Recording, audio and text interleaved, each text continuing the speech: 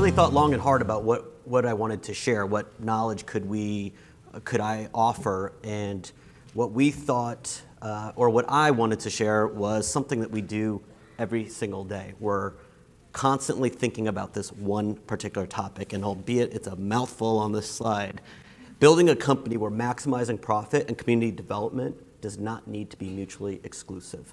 And it's a really important topic to me, and it's one that I really hope that I'm conveying appropriately to you. And I ask people, how many people volunteer on a weekly, monthly, quarterly basis? How many people are on charitable boards? We read the paper, I'm sorry to see that Chief Schmutter left, but we read the paper and you're worried about violence in our community.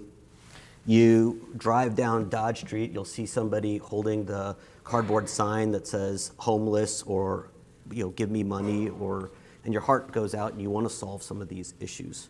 If you're like me right now, where you turn on the television and the politics is just overwhelming, you're demonizing a Republican because they are supporting the wealthy, you're demonizing a Democrat because they're taking from hardworking people and spreading the wealth unfairly, everybody's bad.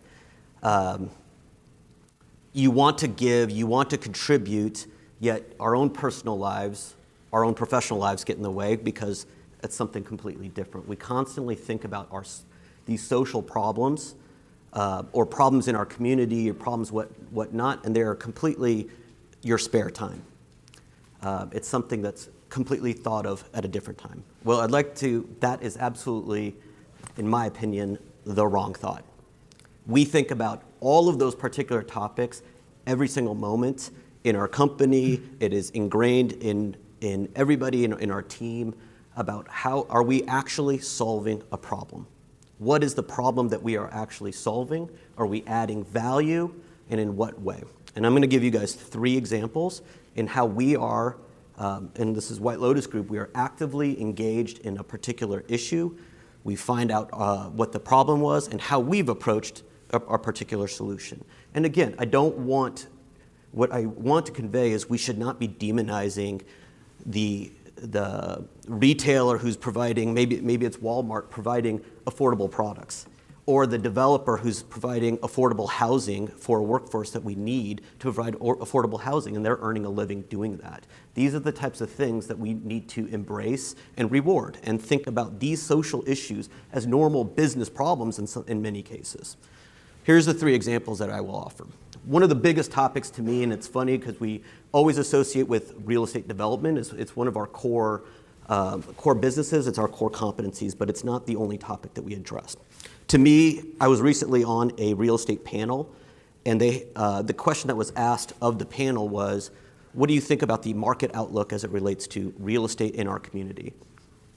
Jay Noddle answers one way, Todd Heaston offers another person's talking about interest rates, somebody else is talking about its workforce. To me, my answer was nothing to do with building products or interest rates or anything like that. We don't have the workforce to even compete. We really were excited that Omaha was top 20 on Amazon's HQ2. Well, that was 50,000 jobs. We don't have the workforce to even consider an Amazon HQ2. The brain drain in our community right now it's atrocious, frankly, and it's something that needs to be one of the bigger topics.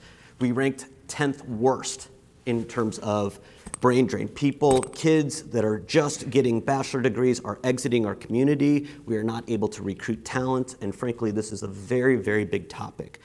And there's as many organizations, Metro Community College, obviously, in our community that is educating the workforce for the jobs that are right-sizing our employment, right-skilling our teams, and building that, knowing that vocational trades some people are just interested in the vocational trades, and a 2-year degree meets that requirement. We have an excellent institution in Metro to address that particular issue. Looking at that topic and visiting communities frankly outside of the states, in our opinion, we think that this topic is way too late. Addressing this at 13, 14, 15, 16 and on is too late. How did we address this issue? We founded a company based in Chicago called TinkerWorks. It starts at it created a curriculum focusing on STEAM curriculum for 5 years old and plus to train the kids starting at that age to build a global a force for tomorrow. Second topic, one that you probably read pretty often, the opioid crisis.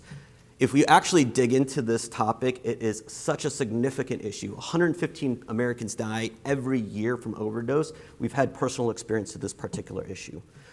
What happened? We found there was a scientist out east who's developed an abuse-resistant oxycodone that you can't crush, liquefy, anything. There's no street value to this product, and it solves the exact same particular issue. We've filed with the FDA for a new drug development, another topic that we are near and dear that we've invested in to do that. TinkerWorks now on the opioid on the pharma side. The third, affordable housing.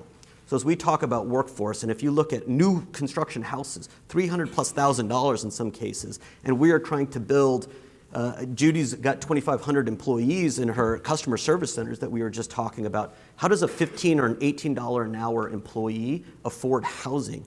We rank at the lowest quartile in the United States for affordable housing just in Nebraska alone, let alone look at the West and South regions.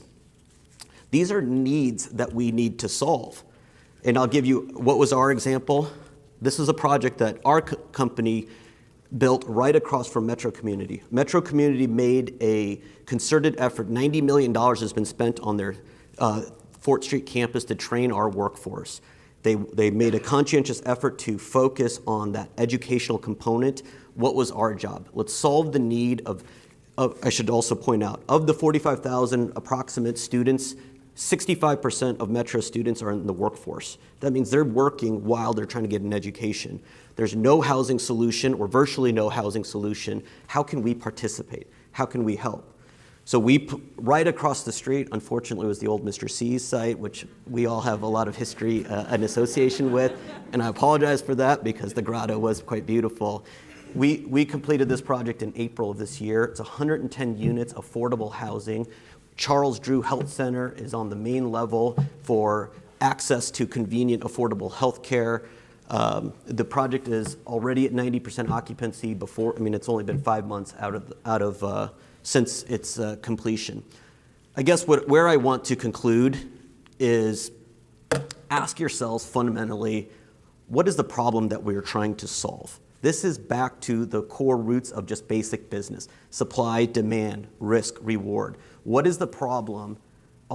Don't be scared to solve a social issue professionally. So one life, that volunteerism that you're doing over here or donating time over there and your work environment don't need to be separate. You can think about those two things and accomplish so much more, including these issues, profitably and fundamentally as one. I appreciate your time. Thank you so much.